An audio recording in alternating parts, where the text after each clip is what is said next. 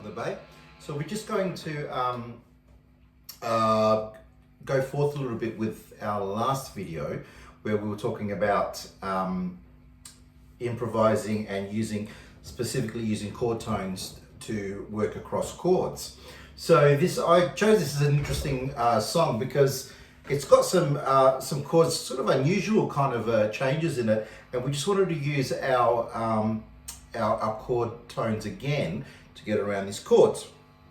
So we have a G to a B7 to a C, which chromatically moves down to A, basically, all right? A or A7, you can play there.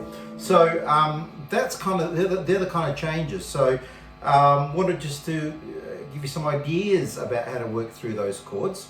Okay, so we've got over the G chord, we've got our B note, which is the third of G. When it moves to the B7, you can use B again because of course it's the root note of B. All right, and then over the C chord, you can play a C note, okay, the root note. And when it moves down to the A or the A7, you can go to a C sharp because the C sharp is the third degree of A. So let's put that into practice to see how that sounds. Here we go. Okay,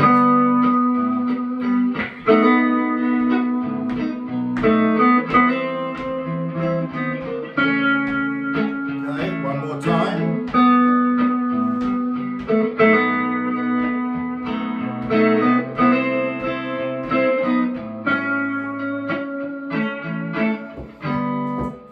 So that's one idea you can use to get around those changes. Very simple ideas. And again, we are playing notes very, very close to one another. That's the whole idea of it.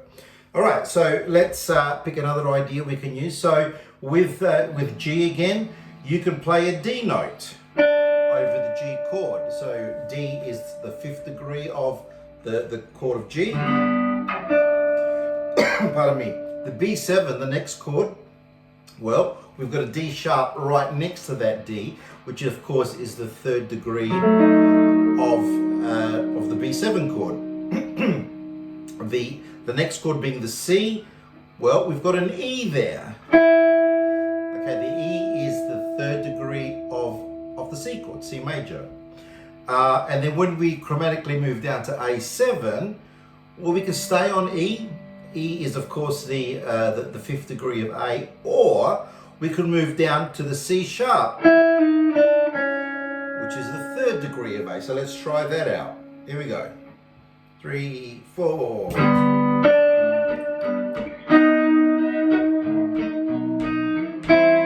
going to stay on the E. Now I'm going to move this time. So back to D.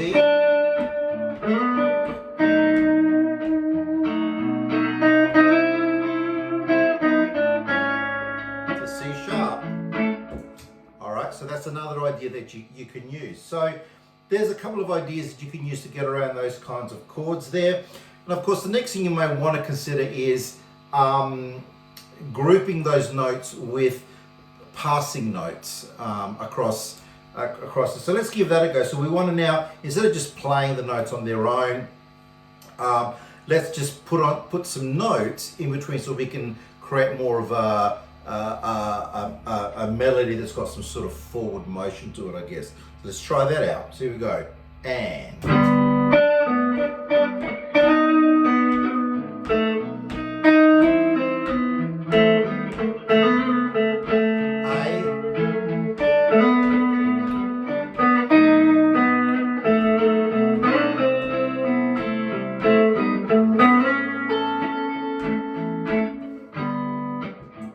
okay, so that was just me putting in some notes in between and using like B and A notes and C, really kind of inside that key of G. Really, we kind of, for the most part, we're playing notes in like in a G major scale type of deal. Of course, that does change with the advent of the B7 chord.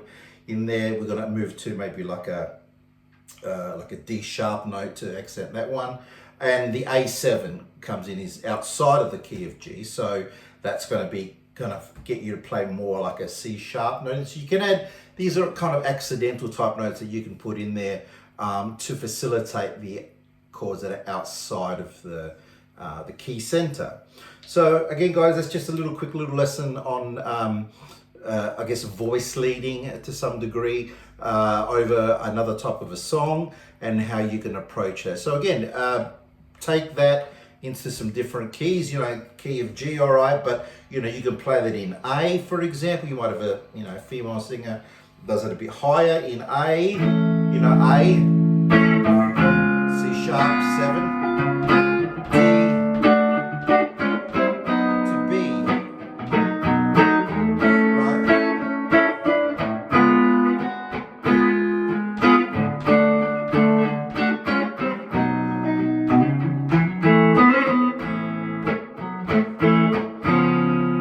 Etc. Okay, so work that in some different keys as well and see what you come up with, and drop some comments on the bottom.